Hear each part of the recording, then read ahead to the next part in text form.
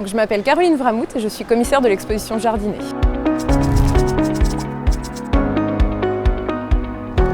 L'exposition Jardinet qui a été réalisée en partenariat avec l'INRAE et dont Truffaut est partenaire. On est sur une exposition où même derrière une activité du quotidien, il y a de la science, puisque la science est partout. Et c'est ce que l'exposition souhaite mettre en exergue. On va de la botanique à la géographie, de la sociologie à la neurologie. On est sur un champ très vaste de sciences. Le jardinage croise de grands enjeux de société, que ce soit sociaux, environnementaux, sanitaires, écologiques. Cette exposition montre que finalement, que ce soit à l'échelle de l'individu ou à l'échelle du collectif, eh bien, c'est pas une activité si anodine que ça.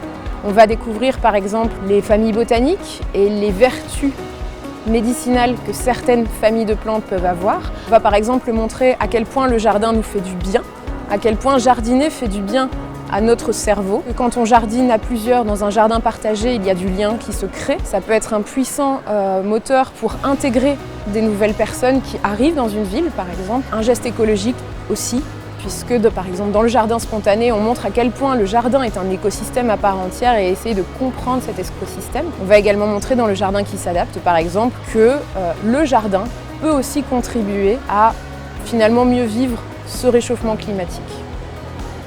Ce que l'on propose aux visiteurs, cela va être une flânerie active et sensorielle. Et au gré de sa flânerie, il va découvrir 6 chapitres jardin, 6 typologies de jardin, que l'on décline. Et en fait, derrière, nous allons tirer les fils de contenu scientifique. On va du potager au jardin de fleurs, du jardin partagé au jardin qui soigne, du jardin spontané au jardin qui s'adapte. Ils vont à la fois rencontrer des installations sensorielles, mais aussi des manipulations, des expériences interactives, actives.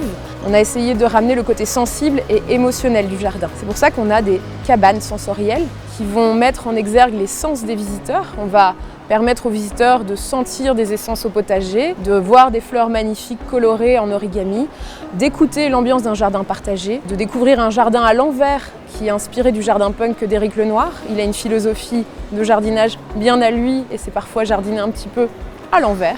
Dans l'exposition, nous avons tenu à mettre un peu de vivant. Et ce vivant-là, on l'a réservé aux mal-aimés au jardin. On a voulu redorer les blasons, les mettre en valeur, tous ces mal-aimés. Que ce soit l'ortie pour parler de lutte contre d'autres nuisibles au jardin, mais de manière moins traumatique. La mousse, qui chez nous n'est pas forcément très bien aimée dans notre jardin, sur notre pelouse, mais qui est adorée au Japon. Et défaire aussi un petit peu, on va dire, les fausses idées sur ces mal-aimés envahissantes pour nous, mais qui ont un rôle dans l'écosystème.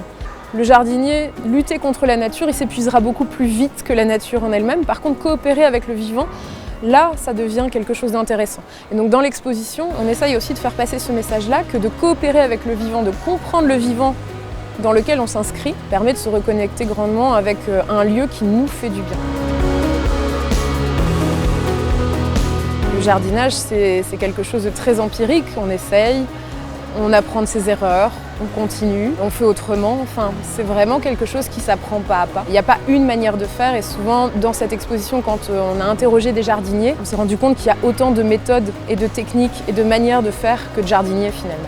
Si les visiteurs ressortent de cette exposition avec l'envie de faire, ne serait-ce que de commencer par la plus petite expérience de jardinage, celle de cultiver un petit pot de fleurs avec quelques graines potagères ou quelques graines de fleurs, on aura réussi.